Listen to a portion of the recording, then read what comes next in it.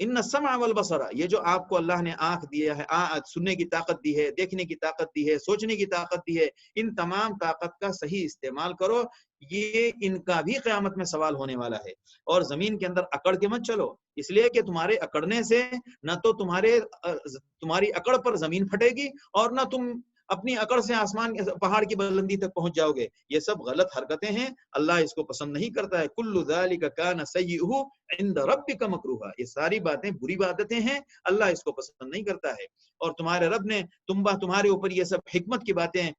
تم کو سکھائی ہیں، اور اللہ کے ساتھ کسی کو معبود مت بنانا، ورنہ جہنم میں ملامت کے ساتھ دھتکار کر پھینک دیے جاؤ گے۔ لہذا توحید کے معاملے میں کتنا سخت لہجہ اختیار کیا جا رہا ہے۔ کیا تم نے اپنے بیٹوں کے لیے، اپنے رب کے لیے بیٹے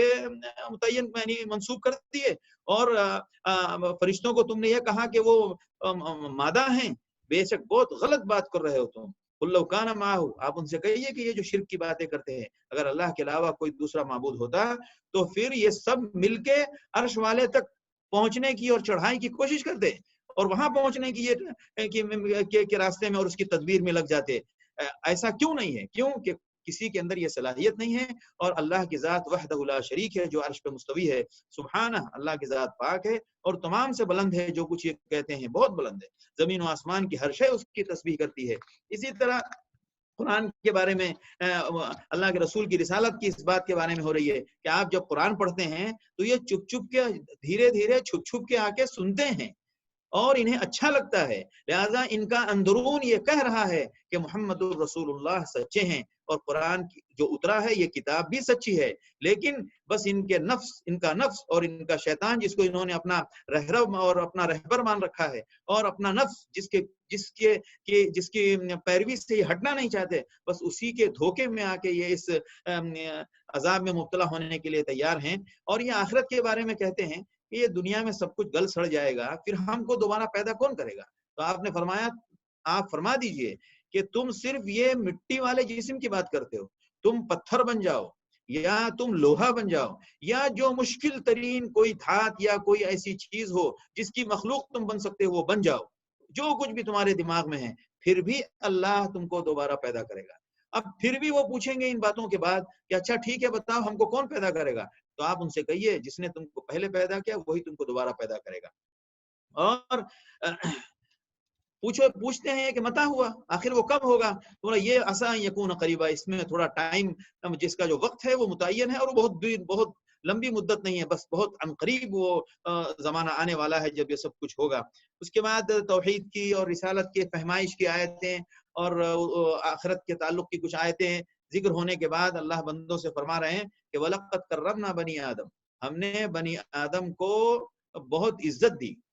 وَحَمَلْنَاهُمْ فِي الْبَرِّ وَالْبَحْرِ، اور ہم نے اس کو خشکی میں بھی، ہم نے اس کو سمندر میں بھی، ہم نے اس کو سوار کیا، اور اس کو اس ایک علاقے سے دوسرے علاقے جانے کے اس کے لیے اسباب مہیا کیے، یہ سب کچھ ہم نے کیا۔ وَرَزَقْنَاهُ مِنَ الطَّيِّبَاتِ، اور اس کو پاکیزہ رزق عطا کیا۔ وَفَضَّلْنَاهُمْ عَلَى كَثِيرٍ مِّمَّنْ خَلَقْنَا تَفْضِيلًا، اور اپنی بہت ساری مخلوق پر ہم نے اس کو بہت اعلیٰ درجہ اور فضیلت دی۔ اس کے باوجود، یہ سب کچھ ہونے کے باوجود اسے یہ بات سمجھ میں نہیں آ رہی ہے، قیامت کے دن پھر ان کو یاد دلایا جا رہا ہے، اور ان سب کے بعد توحید کی وضاحت اور فہمائش کے بعد، آخرت کی یاد دہانی کے بعد، اور اللہ کے رسول صلی اللہ علیہ وسلم کی نبوت اور رسالت کے دلائل پیش کرنے کے بعد، اللہ کے رسول صلی اللہ علیہ وسلم سے کہا جا رہا ہے کہ اقم الصلاۃ لدلوک الشمس الى غسق الليل وقرآن الفجر، آپ سورج کے زوال ہونے سے لے کر رات کے اندھیرے تک آپ اللہ کی عبادت میں لگے رہیے، اور فجر میں قرآن پڑھنے کا بھی خاص اہتمام کیجیے، اس لیے کہ فجر کا قرآن پڑھنا بھی اللہ کے نزدیک اور فرشتوں کے نزدیک وہ قابل مشاہدہ چیز ہے، اور وہ بھی فرشتوں کی طرف سے گواہی میں پیش کیا جانے والا عمل ہے۔ اور پھر اللہ کے رسول صلی اللہ علیہ وسلم کو براہ راست اللہ کی طرف سے یہ بشارت دی جا رہی ہے کہ عسیٰ وَمِنَ اللَّيْلِ فَتَهَجَّدْ بِهِ نَافِلَةً، رات کے وقت بھی آپ رات کو اٹھ کر آپ رات کو اللہ کے لیے مزید عبادت بھی کیجئے، اور اللہ کی ذات سے یہ امید رکھیے کہ اللہ آپ کو مقام محمود پر فائز فرمائے گا۔ اور بے شک زمین کے پیدا ہونے سے لے کر جنت میں جانے کے وقت تک کے بیچ میں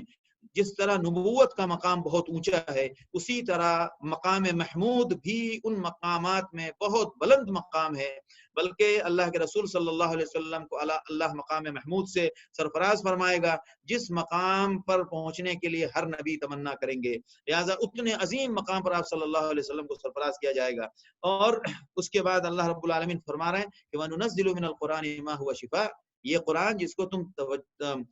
فکر سے اور تدبر سے اور سنجیدگی سے نہیں لے رہے ہو، اس قرآن کے اندر تو ہم نے شفا اتاری ہے، تمہارے دل میں کفر کا جو مرض ہے، نفاق کا مرض اور خرافات و بدعات کی خرابیاں، ان تمام خرابیوں کا علاج قرآن میں ہے، یہ خود ایک مرض ہے، لہذا نفاق کو قرآن کیوں کہتا ہے وفی قلوبہم مرض؟ مرض کسے کہتے ہیں؟ کسی بھی حیت اور حالت کا اپنی اصلی حالت پر نہ ہونا، اسی کو مرض کہتے ہیں۔ لہذا انسان کے جسم کے ساتھ جس طرح مرض ہوتا ہے، تو اسی طرح انسان کے عقائد اور انسان کے افکار کے ساتھ بھی جب خلل پیدا ہو جائے تو وہ بھی ایک مرض ہے، لہذا اس مرض کا علاج قرآن ہے۔ خرافات کو، بدعات کو، شرک کو، نفاق کو، سب کچھ کو دور کرنے کا جو اسباب اللہ نے دیے ہیں، اور اس کی جو خوراک دی ہے اللہ نے، اور اس کا جو علاج اور دوا دی ہے اللہ نے، وہ قرآن ہے۔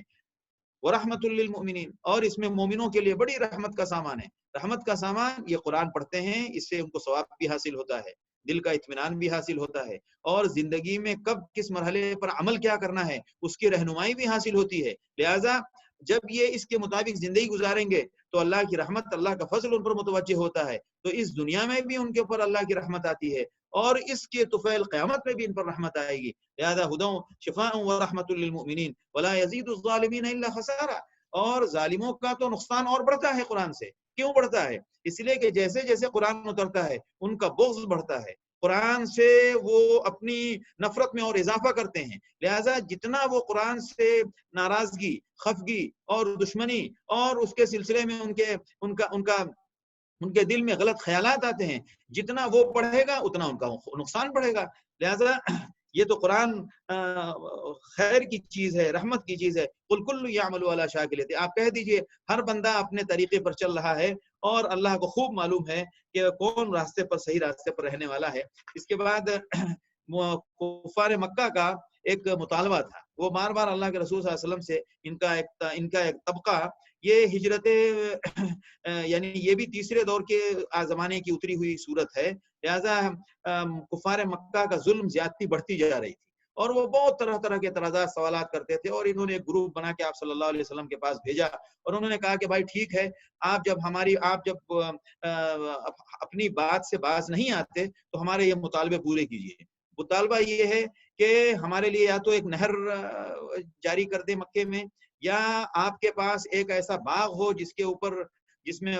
کھجور ہوں، انگور ہوں، اور اس باغ کے بیچ میں سے بھی نہر بہہ رہی ہو، یا یہ کہ آپ آسمان پہ چڑھتے ہوئے ہمیں دکھائیں، کما زعمت علینا کسفا، یعنی یا تو آسمان کا کوئی ٹکڑا ہمارے اوپر عذاب کی شکل میں گرا کر دکھائیں، جیسا کہ آپ کہتے ہیں کہ تمہارے اوپر آسمان ٹوٹ کے گرے گا، یا نہیں تو اللہ کو اور فرشتوں کو ہمارے سامنے پیش کریں، او تأتی باللہ والملائکۃ قبیلا، یا تو اللہ کو اور فرشتوں کو ہمارے سامنے پیش کریں۔ یہ مطالبے انہوں نے بہت مرتبہ کیے، قرآن میں متعدد جگہ پہ کلمهم الموت وحشرنا علیہم کل شیء قبلا، اور اس طرح اور مختلف مقامات پر کہیں فرشتوں کو، کہیں اللہ کو سامنے لانے کی بات کرتے ہیں۔ او یکون لک بیت من زخرف، یا تمہارے پاس ایک بہت سجا دھجا گھر ہونا چاہیے، یا یہ کہ تم خود آسمان پہ چڑھتے ہوئے ہمیں نظر آؤ، اور تمہارے آسمان پہ جاتے ہوئے ہم اس پر یقین بھی نہیں کریں گے، یہاں تک کہ تم وہاں سے ایک خط بھیجو، ایک تحریر بھیجو جس میں یہ وضاحت ہو کہ ہاں بھائی میں یہاں پہنچ گیا۔ اتنے لمبے مطالبے کی فہرست تھی، تو اللہ کے رسول صلی اللہ علیہ وسلم نبی ہیں، اور آپ صلی اللہ علیہ وسلم بشر ہیں، اور آپ صلی اللہ علیہ وسلم اللہ کے حکم کے سب سے زیادہ فرما بردار تابعدار اللہ کے رسول صلی اللہ علیہ وسلم، تو آپ صلی اللہ علیہ وسلم نے، اللہ نے فرمایا کہ آپ ان سے کہہ دیجئے کہ سبحان ربی، ہر بات اگر مطالبہ شروع ہو تو روزانہ یہ مطالبہ ہی کریں گے، ایمان لانا نہیں، پہلے ہی اللہ کی نشانیوں کا بازار پھیلا ہوا ہے، ایمان لانا نہیں، خالی مطالبوں کا روزانہ معجزات کا مطالبہ۔ لہذا اللہ نے فرمایا آپ ان سے کہہ دیجئے سبحان ربی، میرا رب پاک ہے، اور میرے رب کی توحید میں نے تم کو بتائی، تم نہ مانو تو بھی وہ پاک ہے اور تم مانو تو بھی وہ پاک ہے، لہذا ان اللہ کی پاکی کے لیے ان آیات کی مزید ضرورت نہیں ہے۔ پہلے ہی اللہ کی پاکی کا اعلان کرنے والے اور اس کا نغمہ گانے والے پوری کائنات میں اربوں خربوں کی تعداد میں موجود ہے، جس کو دنیا کی کوئی طاقت شمار نہیں کر سکتی، جس کو اللہ نے پچھلی اسی صورت میں پیچھے وہ ذکر کر دیا کہ وَإِن مِّن شَيْءٍ إِلَّا يُسَبِّحُ بِحَمْدِهِ، ہر چیز اس کی پاکی بیان کر رہی ہے۔ مزید تمہیں کیا نشانی چاہیے؟ اگر تمہیں نظر نہیں آ رہا ہے تو پھر اب مزید آنے کے بعد بھی تم پر کوئی اثر نہیں پڑنے والا۔ لہذا قل سبحان ربی، آپ کہہ دیجئے کہ میرا رب پاک ہے، حل کنت، میں تو صرف ایک انسان ہوں، بس یہ ہے کہ مزید اللہ نے میرے ساتھ مزید ذمہ داری دی ہے مجھے، اور مجھے اللہ نے ایک عہدہ اور ایک میرے اوپر ایک اللہ نے اکرام کیا، اور اللہ نے مجھے ایک اپنا خاص فضل اور رحمت مجھ پر کی اور مجھے رسول بنایا۔ قل حل کنت الا بشرا رسولا وما منع الناس ان يؤمنوا اذ جاءهم الهدى، ان کو جو نبی کو آپ صلی اللہ علیہ وسلم کی باتیں ماننے پر جو چیز مانے بن رہی ہے وہ کیا کہ اذ جاءهم الهدى الا ان قالوا ابعث الله بشرا رسولا، یعنی رسول بنانا ہی تھا تو کوئی دوسری جنس میں سے آتے، ایک انسان کو اللہ نے رسول کیسے بنا دیا؟ تو قرآن بار بار کہہ رہا ہے اس سے پہلے جتنے نبی رسول آئے وہ سب انسان ہی تھے، وہ بیوی بچے والے تھے، یاکلون الطعام ویمشون فی الاسواق، وہ کھانا کھاتے تھے، وہ بازاروں میں چلتے تھے اور وہ اپنی ضرورت کے لیے کاروبار کرتے تھے، تمہارے ہی جنس میں سے تھے۔ قرآن بار بار کہہ رہا ہے رسول منکم، تمہیں میں سے رسول، تمہارے ہی نسب حسب میں سے ایک بندے کو اللہ منتخب کرتا ہے۔ لہذا ہر انداز سے، ہر اسلوب سے قرآن نے سمجھایا۔ قرآن کہتا ہے وَمَن يَهْدِ اللَّهُ فَهُوَ الْمُهْتَدِ، جو ہدایت پر آ گئے تو جس کو اللہ نے ہدایت دی وہ ہدایت پر ہے، اور جس کو گمراہ کر دیا تو اس کو کوئی ہدایت پر نہیں لا سکتا۔ اب اس کے بعد آخرت کی اور توحید کی بھی مزید آیتیں تھیں۔ اس کے بعد سورہ کہف ہے۔ سورہ کہف درمیانی دور کی صورتوں میں سے ہے، اور ایسا اندازہ ہوتا ہے کہ ابھی ہجرت حبشہ کی طرف صحابہ نہیں گئے ہیں غالباً، اس زمانے کی صورت لگ رہی ہے، کیونکہ بظاہر بڑی نا امیدی کا دور چل رہا تھا۔ جب پہلا دور خفیہ تھا، دوسرا دور جب دعوت شروع ہوئی ہے تو ان کی زیادتیاں بڑھنی شروع ہوئی، اور اس میں فہمائش، لہجہ نرم تھا، اس کے بعد پھر لہجہ سخت ہونا شروع ہوا۔ تو یہ تیسرے دور میں جو دور ہے جس میں ان کی پریشانیاں اور سختیاں بڑھتی جا رہی تھیں اور اعتراضات بڑھتے جا رہے تھے، تو اس دور میں انہوں نے یہ پہلے علمی جدال بھی کرتے تھے، یعنی علمی طور پر آپ صلی اللہ علیہ وسلم کی بات کی کاٹ لانے کی کوشش کرتے تھے۔ تو ان کو جب پریشانی ہوئی اور دیکھا کہ لوگ مسلمان ہوتے جا رہے ہیں، کسی کا بیٹا، کسی کا بھائی، کسی کا باپ، مطلب افراد خاندان وہ آپ صلی اللہ علیہ وسلم کے پر ایمان لاتے جا رہے ہیں اور اسلام میں داخل ہوتے جا رہے ہیں، ان کو پریشانی ہوئی تو یہ مدینے گئے اور مدینے سے اہل کتاب سے کہا کہ بھائی ہم پریشان ہیں، ذرا ہماری مدد کرو۔ وہ آسمانی دین اور آسمانی کتاب کی بات کرتا ہے، تو آپ لوگ کو اس کا سابقہ اور تجربہ بھی ہے، تو کچھ ایسی بات بتائیں کہ ہم کچھ ذرا اس معاملے میں ہمارا کچھ مسئلہ حل ہو اور ہمیں کچھ رہنمائی کریں۔ تو انہوں نے کہا ایک کام کرو، ہم 3 سوال دیتے ہیں، ان 3 سوالوں کا جواب پوچھو تو معلوم پڑ جائے گا کہ یہ بندہ نبی ہے کہ نہیں۔ لہٰذا انہوں نے 3 سوالات بھیجے۔ وہ تینوں سوالات ایسے تھے جس کا تعلق حجاز کے علاقے سے نہیں تھا، ان تینوں کا تعلق پرانی تاریخ سے تھا، اور وہ تاریخ مکے والے جانتے نہیں تھے، اللہ کہ زبانی کچھ باتیں، کچھ نام سن لیے ہوں۔ انہوں نے پوچھا کہ اصحاب کہف کے بارے میں پوچھو کہ ایک جماعت تھی، ان کا کیا ہوا، اور حضرت موسیٰ اور خضر کے بارے میں کچھ تفصیل پوچھو، اور ذوالقرنین کا مسئلہ پوچھو کہ ذوالقرنین کے بارے میں کچھ بتائیں۔ یہ لوگ گئے اور آپ صلی اللہ علیہ وسلم کے پاس واپس آ کے انہوں نے کہا کہ اچھا یہ 3 سوال ہیں، آپ ذرا بتا دیں اگر آپ نبی برحق ہے تو۔ آپ نے فرمایا میں کل بتاؤں گا۔ لہٰذا بات ہے اس کے جواب آنے میں اللہ کی طرف سے، اللہ کی حکمت کے تحت کچھ وقفہ لگا۔ اس بیچ میں یہ تنبیہ بھی آئی اللہ کی طرف سے کہ آپ نے انشاءاللہ نہیں کہا، لہذا جب بھی کوئی بات ہو تو اللہ کے اوپر ٹالیے اور اللہ کے بھروسے پر بات کیجیے، اور آپ کو انشاءاللہ کہنا چاہیے تھا، لہذا آپ نے انشاءاللہ نہیں کہا۔ اس کی قرآن میں باضابطہ آیت نازل ہوئی وَلَا تَقُولَنَّ لِشَيْءٍ إِنِّي فَاعِلٌ ذَلِكَ غَدًا۔ بہرحال وہ جواب آیا، وہ جواب چونکہ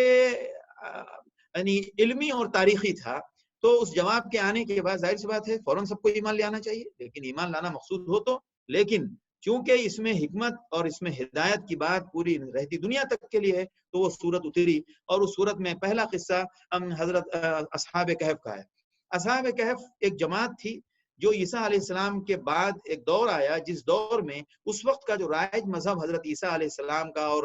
انجیل کا مذہب تھا، اس مذہب پہ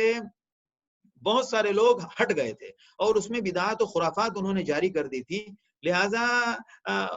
شرک بھی داخل ہو گیا تھا۔ اور اس زمانے کی ایک بہت بڑی دیوی تھی جس کو چاند دیوی کہتے تھے وہ، جس کا نام ڈائنا تھا، اور ڈائنا کی دیوی کی عبادت کرتے تھے۔ لہٰذا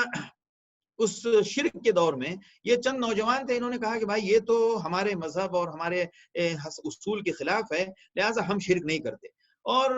انہوں نے کہا کہ اور اس اپنے آپ کو صحیح عقیدے پر رکھنے کے لیے ان کے درمیان ہمارا رہنا بھی مشکل ہے، لہٰذا ہم یہاں سے نکلتے ہیں۔ وہ وہاں سے نکلے اور نکلنے کے بعد وہ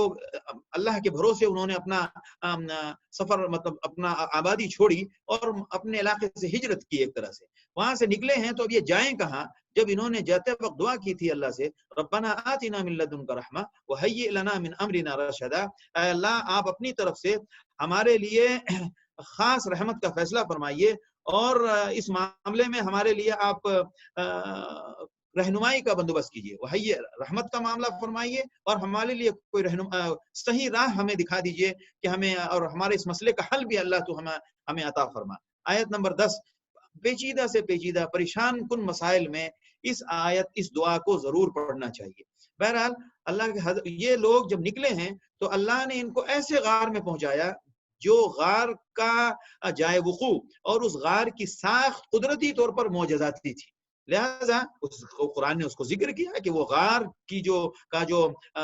کی ہوا کا گزرنا اور اس میں سورج کی روشنی کا گزرنا، یہ سب کچھ ذالک من آیات اللہ، یہ خود اللہ کی نشانی تھی۔ لہذا وہ اس ایک ایسے عجیب و غریب غار میں، نہ ان کو پتا تھا، نہ وہ پہلے سے اس غار کو جانتے تھے، اور نہ انہیں یہ معلوم تھا کہ ہمیں کب تک رہنا ہے اور ہماری ضرورت کے لیے یہ غار کون سا غار مناسب ہے۔ لہذا انہوں نے ارادہ تو یہی کیا تھا کہ چلو کسی غار میں جا کے ٹھکانہ لیتے ہیں، لیکن اس ایک خاص غار تک پہنچانے یہ اللہ کی رہنمائی سے ہوا۔ وہ اس غار میں پہنچے، اس غار میں پہنچنے کے بعد وہ کافی مدت تک اللہ نے ان کے اوپر نیند طاری کر دی، یا اللہ نے ان کے ساتھ ایسا معاملہ کیا کہ ایک لمبی مدت تک وہ اسی غار میں رہے۔ بہرحال اور اس غار میں دوبارہ وہ زندہ ہوئے۔ دوبارہ زندہ ہونے کے بعد ثم بعثناہم، اب اس میں دو باتیں ہوئی۔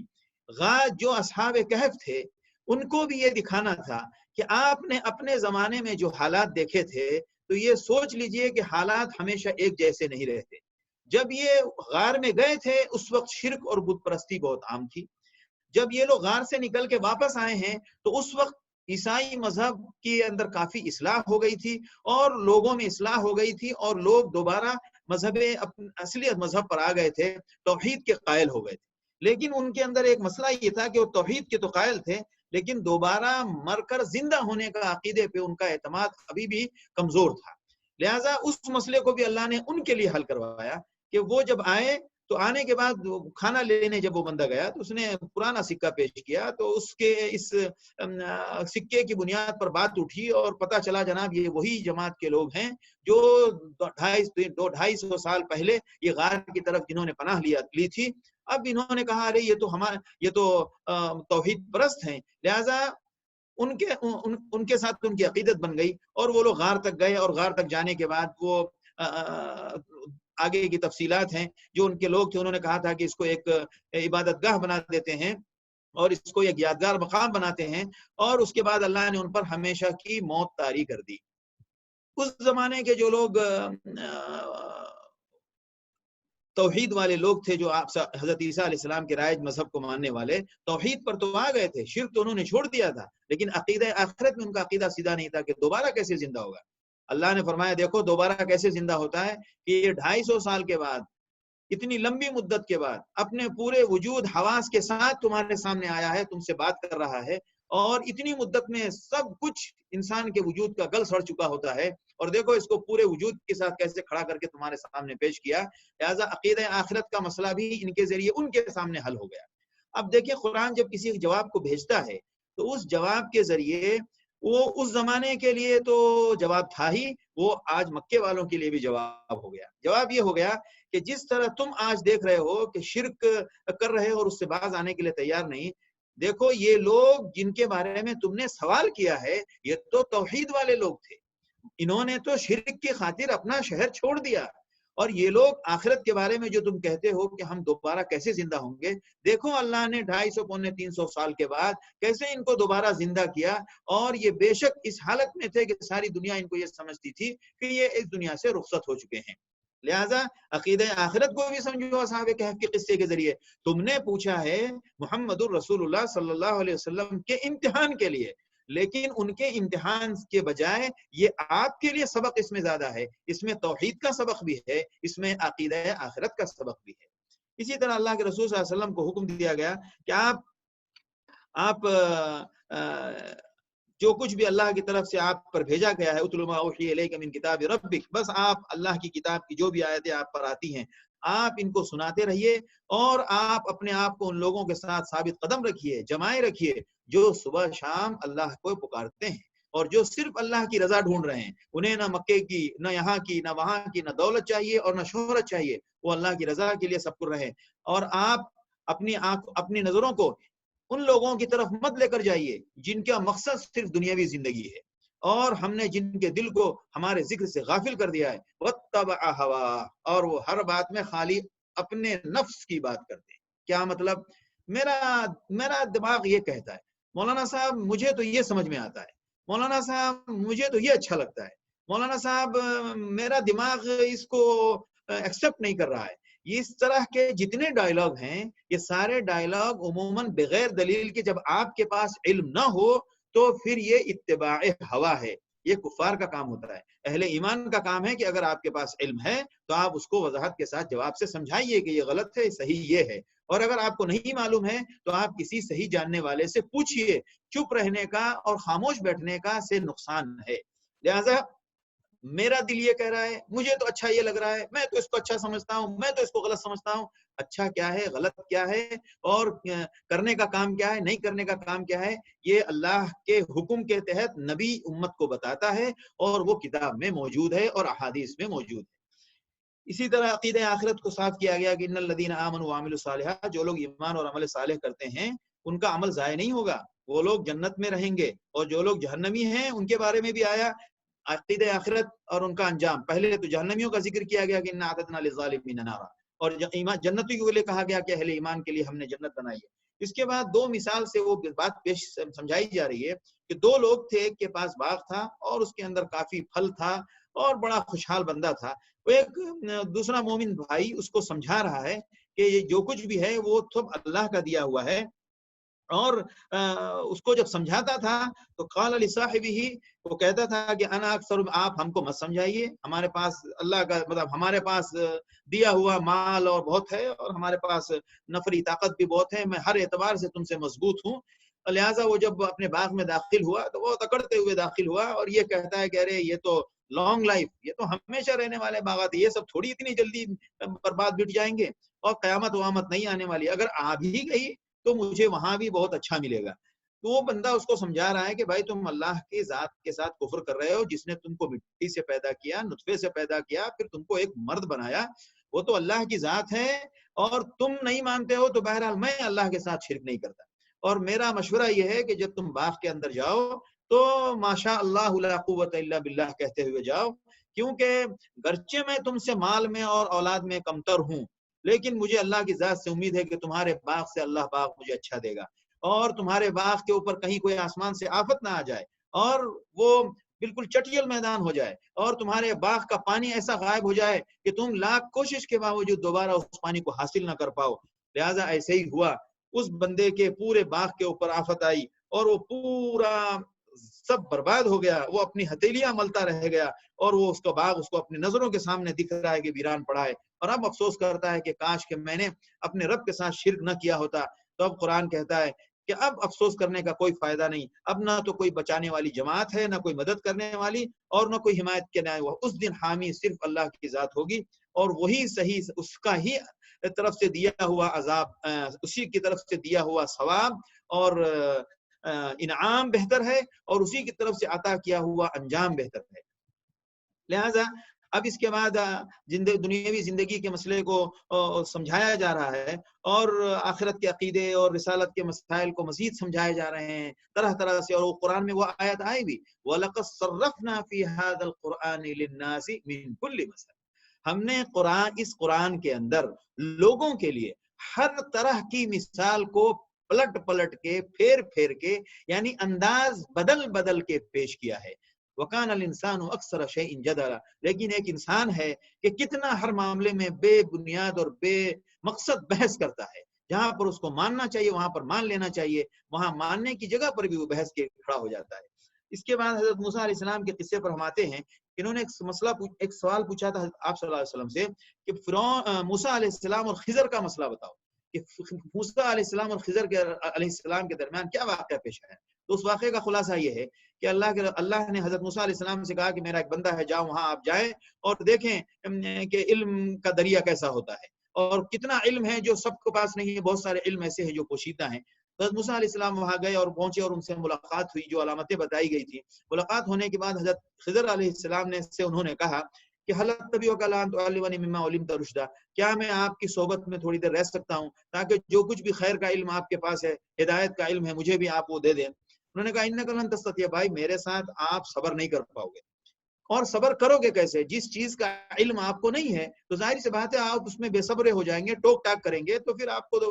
تو آپ میرے ساتھ ٹھہر نہیں پاؤ گے. انہوں نے کہا انشاءاللہ میں صبر کروں گا اور میں آپ کی خلاف ورزی نہیں کروں گا. انہوں نے کہا اچھا ٹھیک ہے، آپ اپنی طرف سے جو بھی بولے، لیکن ہمارے ساتھ معاہدہ یہ کیجئے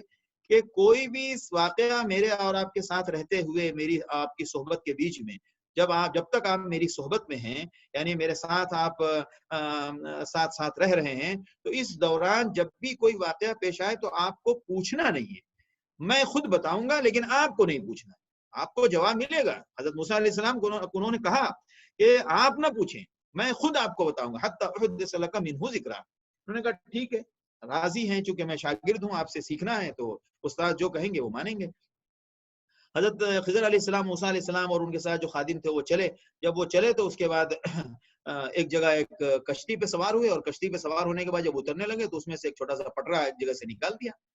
انہوں نے کہا ارے یہ کیا غلط کام کیا آپ نے؟ انہوں نے کہا میں نے آپ سے کہا تھا کہ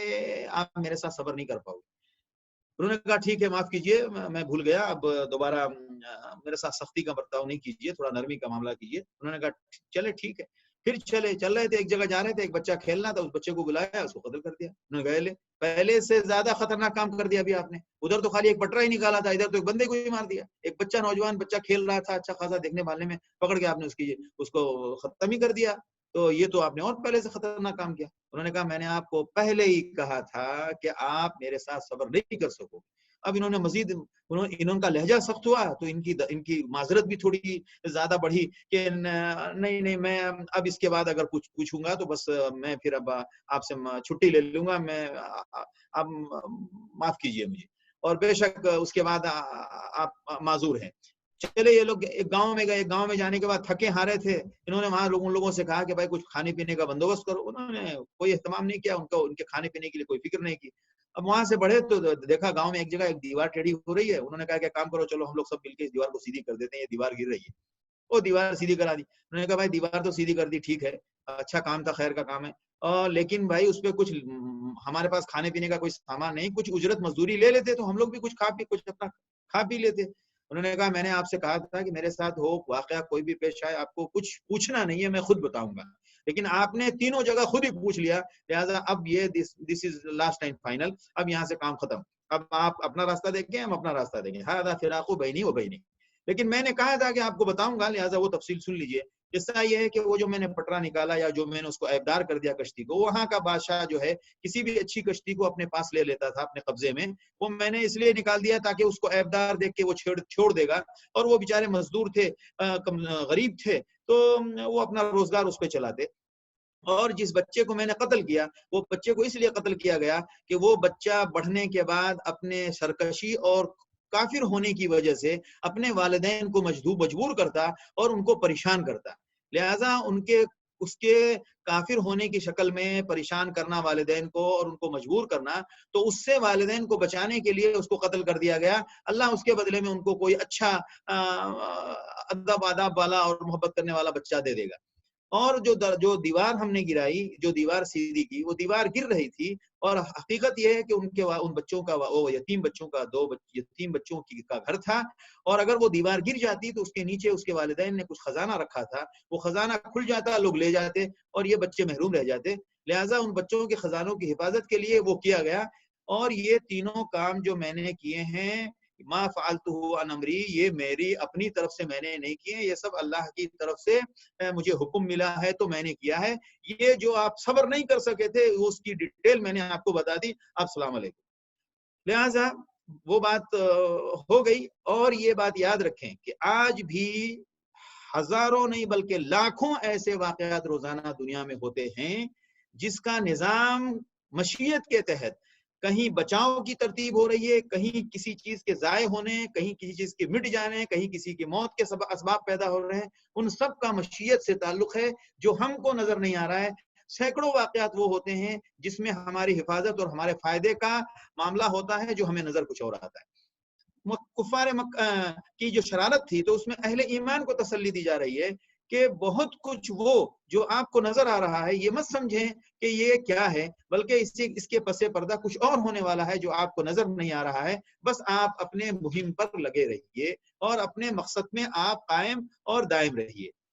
اس کے بعد ذوالقرنین کا قصہ آ گیا کہ کفار مکہ کو تھوڑا سا حاصل تھا، جو کچھ بھی حاصل تھا، تھوڑا سا اقتدار، تھوڑی سی طاقت، تو اللہ ذوالقرنین کی تاریخ بھی بتا دی اور ان سے کہا کہ اتنی بڑی طاقت والا بندہ، اس کو ہم نے اتنے اسباب دیے کہ وہ مغرب کی طرف گیا تو وہاں کے لوگوں کے اندر جب مختلف دو طبقہ تھا تو ہم نے ذوالقرنین سے کہا کہ کیا فیصلہ کرنا ہے ان کے ساتھ، تو حضرت ذوالقرنین نے کہا کہ جو لوگ نیک ہیں ان کا انجام ٹھیک ہے، اور جو برے ہیں تو اللہ ان کو اللہ عذاب دے، ان کو جو سزا دینی کی وہ دی جائے گی، اور پھر اللہ کے یہاں اس کا حساب کتاب اللہ کے حوالے چھوڑا جائے گا، اور جو لوگ نیک ہیں ان کا انجام اچھا ہے۔ پھر وہ مشرق کی طرف گیا، وہاں اس نے اپنے جو کچھ بھی تھا اس نے اپنا کارنامہ انجام دیا۔ پھر وہ دو پہاڑوں کے بیچ میں گیا، وہاں یاجوج ماجوج کے لیے اس نے بہت بڑی ایک فصیل بنائی، بہت بڑی دیوار بنائی، ایسی عجیب و غریب دیوار کی جس کو پورے مفسدون فی الارض جو لوگ تھے وہ بھی اس دیوار کو ختم ہٹانے کے پر قادر نہ ہو سکے۔ ان سب طاقتوں کے باوجود یہ بندہ کیا کہہ رہا ہے؟ ھذا رحمت من ربی، یہ جو اتنا بڑا کام ہوا یہ سب اللہ کی رحمت ہے۔ فَإِذَا جَاءَ وَعْدُ رَبِّي، جب اللہ کے وعدے کا وقت آئے گا تو اللہ اس کو ریزہ کر دے گا، اور میرے رب کا وعدہ پکا ہے۔ اور اس کے بعد پھر عقیدہ آخرت کی بات آ گئی۔ مکے والوں کو بھی بتا دیا گیا کہ تمہارے تینوں سوال کا جواب بھی مل گیا، اور دراصل تمہارے حالات کے ساتھ یہ منطبق اور موافقت بھی رکھتا ہے کہ تمہارا کیا انجام ہوگا، اہل ایمان کا کیا انجام ہوگا۔ اور پھر بھی فلسفے کی شکل میں آخرت کے بارے میں بتایا جا رہا ہے کہ کافر لوگ کیا یہ سمجھتے ہیں کہ میرے بندوں میں سے کسی کو وہ معبود بنا لیں، اپنا دوست بنا لیں، وہ ان کو کام آئیں گے؟ ہرگز کام نہیں آئیں گے۔ کافروں کا ٹھکانہ جہنم ہے، اور یہ جو کچھ بھی کرتے ہیں وہ یہ سمجھتے ہیں کہ ہم بہت اچھا کر رہے ہیں، لیکن حقیقت یہ ہے کہ کفر کا انجام یہ ہے کہ ان کے سارے اعمال برباد ہو جائیں گے اور ان کو قیامت میں کچھ نہیں ملے گا۔ یہ ان کا ٹھکانہ جہنم ہوگا ان کے کفر کی وجہ سے۔ کیوں؟ کہ انہوں نے کفر بھی کیا اور میری آیتوں کو، میرے نبی کے ساتھ مذاق اڑایا۔ البتہ جو لوگ ایمان والے ہیں ان کا انجام یہ ہوگا کہ وہ جنت میں رہیں گے اور وہاں سے ایک لمحے کے لیے ہٹنا پسند نہیں کریں گے۔ اور تم اللہ کی بات کا مذاق اڑاتے ہو۔ اللہ کی باتوں کا معاملہ یہ ہے کہ پورے سمندر کو اس کی باتوں کے لکھنے کے لیے استعمال کیا جائے تو اللہ کی باتیں ختم نہیں ہوں گی اور سمندر کا پانی ختم ہو جائے گا۔ اے نبی آپ صلی اللہ علیہ وسلم کہہ دیجئے کہ میں ایک بشر ہوں، اللہ نے مجھ پر وحی کی ہے یہ بتانے کے لیے کہ تمہارا رب ایک ہی معبود ہے جو اللہ کی ملاقات سے پر یقین رکھتا ہے، لہذا وہ نیک عمل کرے اور اللہ کے ساتھ کسی کو شریک نہ ٹھہرائے۔ اس میں عقیدہ توحید، اثبات رسالت اور فکر آخرت کا تینوں خلاصہ کیا حسن اسلوب کے ساتھ آیا ہے۔ قرآن اس کو کہتا ہے وَكَذَلِكَ نُصَرِّفُ الْآيَاتِ، ہم الگ الگ انداز سے، الگ الگ اسلوب سے ان مسائل اور ان حقائق کو پیش کرتے ہیں۔ جو سمجھنے والے ہیں ان کے لیے یہ بہت بڑی اللہ کی طرف سے کھلی نشانی ہے۔ اللہ تعالیٰ ان تمام باتوں کو سمجھنے کی صلاحیت توفیق نصیب فرمائے۔ وآخر دعوانا الحمدللہ رب العالمین۔